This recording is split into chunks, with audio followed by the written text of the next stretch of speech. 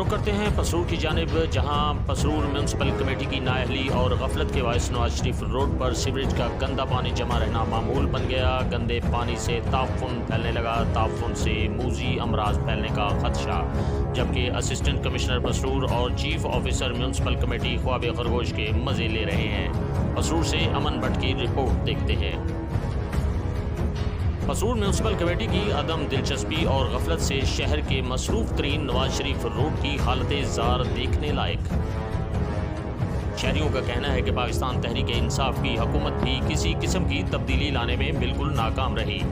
खान की हुकूमत में भी पसरूर की तामीर और तरक्की न की जा सकी, बल्कि पसरूर की हालत बद से बदतर हो गई।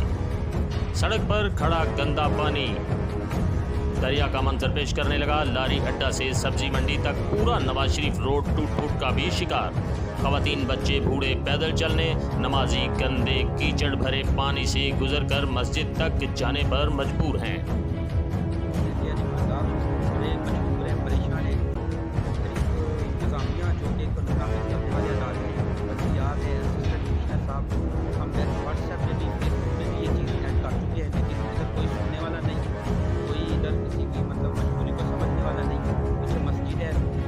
बहुत परेशानी के आलम में, जैसा कि देख सकते हैं कि क्या हालात पैदा हुए हैं। 10 न्यू लारियाँ जा सकेंगे सब्जी मंडी तक, यही जो है ना माहौल पैदा हुआ है।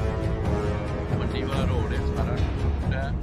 इतने एक जामिया मेन मस्जिद भी है जितने नमाजी तक भी नहीं जा सकते। बहुत पानी खड़ा है, कीचड़ हम बाहर लगे हुए हैं और हम रिक्वेस्ट करेंगे जी बल्दिया पसरूर से और एसी साहबा से कि वो शहर का जायज़ा लें और ये जो गंदगी सारे शहर में फैली हुई है इसको मुनासिब तरीके से साफ़ करने का इंतजाम किए जाएँ।